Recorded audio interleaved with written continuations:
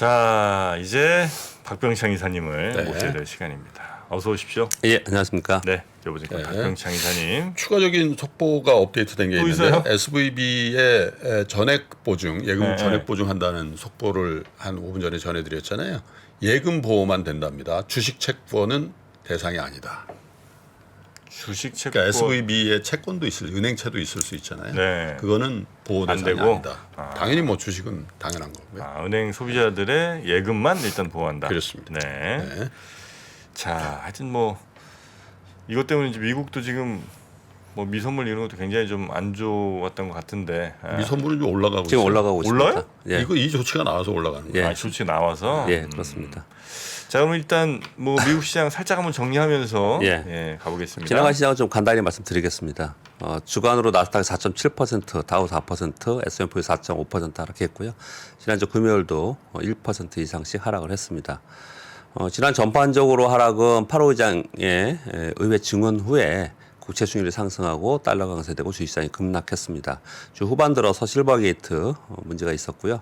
실리콘밸리 뱅크의 영업 중단, 파산이라고 표현을 네. 지금 하진 않습니다. 연방 예금보험공사로 이제 관리가 넘어가면서 이제 이것으로 인해서 은행주들이 큰 폭으로 하락을 했습니다.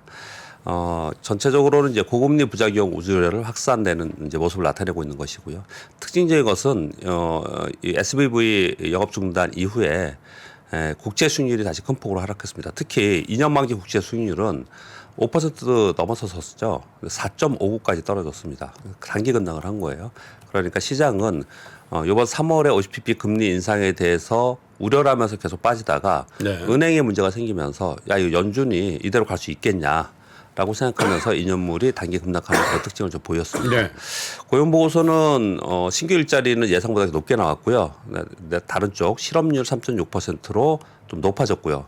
그리고 시간당 임금은 0.2%로 낮아졌고 노동 참여율도 높아졌습니다. 그래서 약간 혼재됐는데 신규 일자리는 예상보다 높아졌지만 다른 부분들은 연준 긴축을 좀 완화시킬 수 있는 부분으로 나와서 좀 혼재된 상태로 좀 나왔다. 지금 근데 이게 더 중요한 뉴스이긴 한데 실리콘밸리 은행 때문에 뭐 이게 이슈가 됐고요. 이것이 우리가 쉬는 주말에 나왔어요. 그래서 주말에 정책 당국에서 좀 긴급하게 여러 가지 조치들이 좀 나오고 있는 상황이라서 그것에 따라서 미국 시장의 지금 시간 외에 환율 시장이나 그리고 국채 수익률 또는 시간의 거래에 지금 굉장히 큰 폭으로 좀 변동성을 주고 있는 그런 특징을 좀 보이고 있습니다. 네. 지난주에 우리 시장은 코스피가 1.54%라 코스닥 1.7% 하락이니까 미국 시장 대비 상대적으로 선방을 했죠. 이렇게 선방을 했던 것은 2차전 섹터가 강했기 때문에 그렇습니다. 그런데 지난주 목요일 날 선물호선 동시 만기일 후부터 단기 급등 종목들의 매물이 나오기 시작을 했습니다. 그래서 지난주 금요일 날 보면은 코스피는 1% 하락했는데 코스닥이 2.5% 하락하면서 하락폭이 더 컸습니다. 네. 그래서 코스닥이 주 후반부터 좀 하락을 했고 그래서 전체적으로는 상대적으로 강했지만은 코스피가 그동안에 상대적으로 약했던 부분들보다 코스닥이 더 약한 그런 모습을 나타냈다. 그렇게 보시면 될 것 같습니다. 이번 주에 지난주 금요일도 말씀드렸지만 14일 날 나올 미국 CPI가 가장 중요하고요. 3월 다음 주에 이제 FOMC 회의가 있기 때문에요.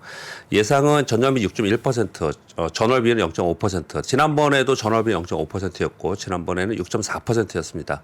소폭 내려오는 쪽으로 지금 현재 예상을 하고 있는 상황이고요.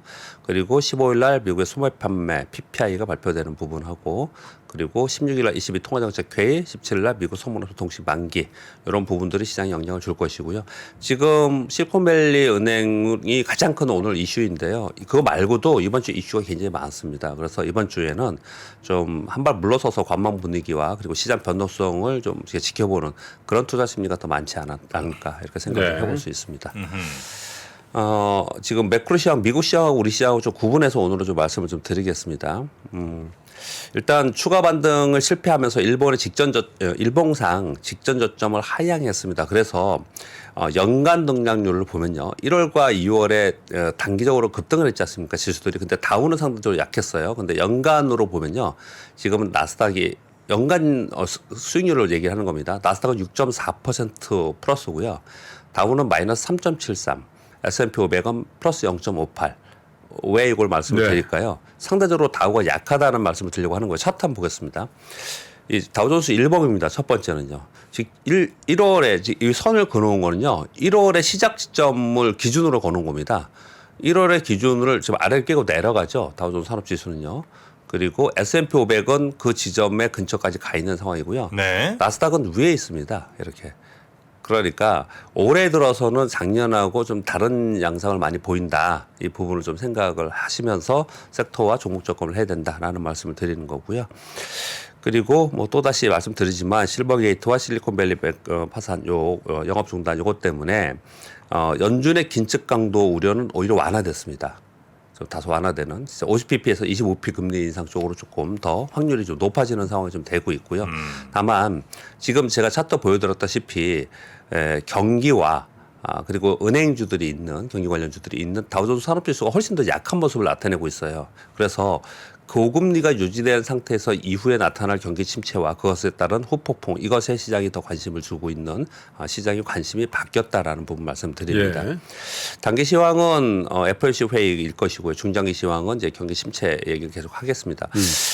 지난주에 급락했기 때문에 시간이 흘러갈수록 저가 매수 시도는 좀 있을 겁니다. 그러나 지금 계속 두 분이 아까 공 기자님하고 말씀 나누신 것처럼 지난주에 발생된 후반에 발생된 은행주발 시스템 불안 그리고 FOMC 회의를 앞두고 있는 이런 것들은 전부 다 변동성의 요인이기 때문에 시장은 심리 자체는 좀 한 발 물러서는 심리가 더 있을 것이다. 그렇게 보시면 될 것 같습니다. 차트 아까 보여드린 거는 이제 다우존스 산업지수가 훨씬 더 약하다. 즉 지금 금리가 올릴 거라는 것이 시장의 변동성을 주지만 시장의 내부 수급은 그보다는 경기 쪽으로 더 많이 가고 있다. 그것 때문에 말씀을 드린 거고요. 우리 국내 시장 말씀을 좀 드려보면요. 우리나라 국내 시장은 미국보다 경기 지표 더 안 좋고요. 기업 이익 더 안 좋습니다. 그런 상황 속에서 이제 환율이 1,200원대 갔다가 다시 1,300원 위로 올라가면서 시황에는 이제 악재가 더 우세한 그런 상황이에요. 네. 특히 이제 외국인들의 수급을 보면 1월과 2월 17일까지 8조를 넘게 순매수해 줬거든요. 근데 2월 20일, 2월 중순 이후부터 지난주까지 1조 5천억 정도 순매도했습니다. 네. 이걸 좀 말씀을 좀 드리고자 지금 환율하고 같이 가져왔는데요. 잠깐 언급을 드리겠습니다. 환율하고 보면요. 우리나라 원화 환율입니다. 밑에 1,097원 저점으로부터 2021년 저점으로부터 1,444원까지 올랐어요. 이렇게 올라오는 동안 지수상이 계속 하락을 했죠. 그래서 외국인들은 언제부터 우리나라에서 주식을 사기 시작했냐면 이 가로로 선을 그은 게 1,300원입니다. 네. 1,300원부터 위로 올라서는데 계속해서 외국인들이 사줬습니다. 그러다가 고점을 찍고 쭉 내려오니까 외국인들이 이제 매수는 좀 멈추고 그다음에 지수는 올라갔어요. 그리고 좀 멈추고 있는 사이에 좀 한번 12월에 빠졌다가 지금 환율이 1,300원 근처까지 올라가는 동안 오히려 좀 더 올랐거든요. 이거 왜 이런 현상이 나타나냐면 한마디로 보면 이런 겁니다. 외국인들의 입장에서는 이렇게 올라간 상태에선 싸기 때문에 계속 사는 거예요. 그러다 내려오면 이익 실현을 하는 거죠. 이만큼 내려왔어요. 그러면 이제 더 살 이유가 별로 없죠. 그렇기 때문에 이제 판 거고요. 이렇게 올라오는 동안에는 그럼 이익 실현을 좀 한 겁니다. 그러면 지난 동안의 외국인들의 움직임을 본다면 이게 1,350원 위로 이렇게 올라가는 구간이 또 비정상적인 상승이 나타난다면 환차익을 노리는 매수가 좀 들어올 수 있는 거고 또는 추세적으로 1,200원 깨고 밑으로 예전처럼 훨씬 더 강하게 간다면 또 매수를 할 수 있는 거죠. 근데 지금 그렇지 못한 상황이지 않습니까? 네. 그러니까 외국인들이 샀다 팔았다를 등락하거나 아니면 소폭 매도로 지금 있는 상황입니다. 즉 환율하고 거의 베타교수 1로 우리 시장을 움직이고 있기 때문에 환율 추이를 좀 봐야 되는 그런 상황이 지금 현재 상황이다. 그렇게 말씀을 드리겠고요. 아까 미국 시장 말씀드린 바와 같이 우리나라 시장도 똑같이 차트를 보면요. 다우존스 산업지수는 1월 저점을 깨고 내려갔다 그랬잖아요. S&P 500 근처까지 갔고 이건 코스피입니다. 이 가로선이 뭐냐면 여기가 1월이에요. 1월 첫째 시작한 거예요. 코스피 상당히 위에 있죠 지금요. 그러니까 이렇게 상당히 견뎌줄 수 있었다라는 거는 여기부터 여기까지 올라가는 동안에는 외국인들의 매수가 있었고요. 그 다음에 등락했지만 견딜 수 있었던 것은 2차 전지 섹터의 종목들이 강하게 뒷받침해줬기 때문에 그랬습니다. 네. 그런데 코스피보다 코스닥을 보면 더 황당합니다. 황당이라는 표현을 좀 다시 표현드리면 굉장히 강했습니다. 코스닥은 1월 저점이 여기입니다. 엄청나게 강했죠. 이거는 2차 전지와 로봇, AI 이런 테마, 2차 전지 테마는 아니지만 뭐 2차 전지가 강한 베이스 속에 테마가 굉장히 강했고 그리고 SM 주가가 굉장히 끌어올렸던 부분이 있거든요. 즉 코스닥의 이 주가 자체는 코스닥을 주가 지수로 보기보다는 이제 종목으로 여러분들 투자를 하시겠지만 이 부분은 섹터나 종목 그리고 테마로 시장이 움직인 것이다라는 거예요. 그래서 2차 전지나 아니면은 테마 그리고 SM의 주가가 어떻게 되느냐에 따라서 코스닥은 더 시황 영향을 많이 준다. 요 말씀을 드리려고 하는 겁니다. 지금 미국 시장 시황 자체도 불안하고 외국인 매도 전환한 상태라서 지금 이제 변동성 우려를 좀 하고 있는 상황은 맞습니다. 그런데 지금 말씀드린 바와 같이 우리나라 전체 시장과 그리고 코스닥은 2차 전지 수급이 더 우선되어 있고요. 그런 가운데 테마 순환이 계속 이어질 것인지 끊어지는지 이 부분이 더 중요하다 이렇게 말씀을 드리겠고요. 그리고 FOMC 회의가 다가가면서 저는 반등을 다시 시도하지 않을까 이제 딱 보기 생겼기 때문에 그렇게 판단을 좀 하고 있고요. 지난주 후반에는 그 외국인들의 공매도가 엄청나게 강해졌어요. 그래서 외국인들의 공매도들 내가 볼 종목이나 아니면 관심 종목에 외국인들의 공매도가 어느 정도 좀 강화되고 있는지도 다시 한번 더 체크해야 되는 그런 상황이 아닌가 그렇게 말씀을 드리도록 하겠습니다. 네. 지금 실리콘밸리 은행에 대해서 아까 긴 시간 동안 말씀드렸지 않습니까? 하셨지 않습니까? 그래도 이건 뭐 그냥 짚고 그냥 넘어갈 수 있는 상황은 아닌 것 같아서 월가 의견과 보도에 대해서 제가 정리를 좀 해서 가져와 왔습니다. 짧게 말씀을 드려보겠습니다. 지난주 금요일 날 SB 실리콘밸리 은행이 영업 중지가 됐습니다. 자사 일체를 연방 예금보험공사가 인수하고 예금자 보호금액 25만 달러 이상의 예금은 30에서 50% 수준으로 지급하겠다. 이렇게가 이제 지난주에 나온 거예요. 업데이트 됐습니다. 네. 근데 궁금한 게 이거지 않습니까? 1번, 2번, 3번을 제가 정리해 봤습니다. 금융 시스템 위기로 확대될 거냐, 다른 쪽으로 예전처럼 리만 때처럼. 그런데 지금 월가의 의견들, 전문가들의 의견들은 금융 시스템 문제 발생될 가능성을 좀 낮게 보고 있다. 이제 이런 예를 드는 걸 어떤 걸 들으냐면 이런 겁니다. 이제 국채하고 모기지 채권이라 국채를 많이 갖고 있는데 모기지 채권을 갖고 있는 비율은 전체 모기지 채권 시장의 0.6%, 국채는 뭐 0.3, 0.2도 안 돼요. 아주 낮은 비율이다. 이게 전이 됐을 때 문제는 또 다른 문제이지만 현재 이 상태에 이 은행이 갖고 있는 국제 채권의 그 비중은 그것뿐이 안 된다. 이런 얘기들 좀 하고 있는 그런 상황이고요. 그 다음에 제2, 제3의 실리콘밸리 은행 같은 이런 사건이 나올 수 있을까? 그런 개연성이 있다라고도 많이 보고 있습니다. 벤처기업이나 코인 등 2022년 금리 인상 속에 가격이 붕괴된 자산의 익스포저가 큰 금융기관들은 개별 위험이 있을 개연성이 있다. 이렇게 지금 보고 있는 거고요. 그러면 이것으로 인해서 소위 성장주들이 속해 있는 스타트업 생태계들의 위협이 있을 가능성이 있는가? 성장 기업들의 유동성 문제가 있을 가능성이 있다. 지금 실리콘밸리에 있는 여기에 예금을 맡긴 그 스타트업 기업들만이 아니고요. 캐나다나 유럽이나 전 세계에 있는 스타트업 기업들이 여기에 예금을 굉장히 많이 하고 있습니다. 그래서 이것이 유동성 문제가 발생이 되면은 연쇄 효과가 있을 가능성이 있기 때문에 그래서 오늘 새벽에 제가 이걸 아침에 한 건데 일부러 제가 시간까지 정했습니다. 워싱턴 포스트지에 12일 오후 2시 29분 말로 미국 정부에서 예금 전액 보장 검토 중이다라는 기사가 나왔어요. 이게 나오고 나서요. 얼마 있고 나서 지금 나스닥 선물은 1% 이상 상승을 하고 있고요. 비트코인 선물은 지금 7.5% 상승을 하고 있고 나머지 개별 종목들은 한 0에서 1% 전후로 지금 반등을 좀 하고 있는 그런 상황이에요. 이건 지금 현재 이 뉴스가 나왔기 때문에 그렇게 반등을 한 거고요. 이후에 후속으로 다른 문제가 발생이 되면 또 떨어지고 이럴 수 있겠죠. 그러니까 한마디로 얘기하면은 불확실성 속에서 변동성이 굉장히 큰 시장이다라는 거고 이제 다행스러운 것 중에 하나는 이게 주말에 발생이 됐고 주말에 대책들이 나오면서 지금 미국의 뭐 그 달러인덱스라든지 아니면 뭐 국채라든지 이런 부분들이 안정을 찾고 있고 그리고 주식시장도 지난주에 급락했던 부분들에서 반등을 시도하고 있다는 부분은 좀 다행스럽다. 근데 확실히 좀 빠르게 대응을 하긴 하네요. 네. 제가 뉴스를 쭉 검색해 보니까 이 은행을 이제 팔기로 결정을 하고 벌써 입찰을 받아서 마감을 해버렸어요. 입찰까지 받았어요. 네, 근데 이제 거기에 이제 꽤 큰 은행들이 내가 사겠습니다 하고 들어왔는데 미국에 계신 분들은 압니다만은 미국의 피츠버그, 펜실베니아 뭐 이런 쪽을 근거로 한 PNC라는 은행이 있거든요. 거기서 우리가 사겠다라는 입찰을 했고 RBC라고 캐나다에서 가장 큰 네. 은행 중에 하나죠. 여기서도 했고 또 뉴스플로우상으로는 일론 머스크도 나도 할 수 있다 뭐 이렇게 맞아요. 그런 얘기도 지금 했다 나오고 그러죠. 있는데. 네. 근데 이제 그 다음 뉴스를 보면 이런 거예요. 지금 실리콘밸리 은행에서 보유 자산 다른 우량 금융기관에서 인수를 해서 소형 스타트업 기업은 위기일 수 있겠지만 자금이 많은 대형 기업은 기회이다. 이거 되게 애매하죠. 이런 얘기들이 지금 나오고 있거든요. 이게 뭐 어떤 거냐면요. 지난주 금요일 날 은행주들이 폭락하고 난리를 쳤지 않습니까? 웰스파고, JP모건 체이스는 상승했습니다. 왜냐하면 이들이 갖고 있는 지금 자산이라는 게 국채가 굉장히 제일 많아요.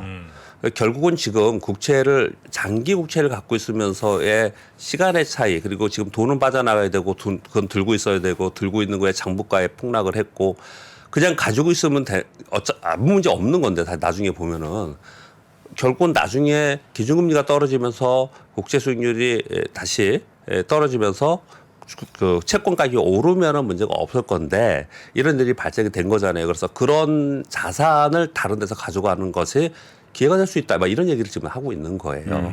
그래서 이제 그런 부분들을 참고로 좀 볼 필요가 있을 것 같고요. 네. 연준과 예금보험공사에서는 지금 위험 가능성 은행을 관리를 위한 기금을 설립한다. 이런 뉴스까지 지금 나오고 있는 상황입니다. 네. 근데 좀 들어보시면 뭐 아까 공 기자님 얘기랑 제 얘기 이렇게 들어보시면 오늘 하루 종일 얘기를 하겠지만 어떻게 진행될 건지에 대해서는 좀 지켜봐야겠지만 대충 어떤 건지는 아시겠죠. 이게 지금 왜 지금 빨리 이거를 영업 중단시키고 파산 절차하고 다른 데 인계시키고 하는 부분들이 왜 나왔냐. 이런 부분도 좀 이해가 되실 것 같고요.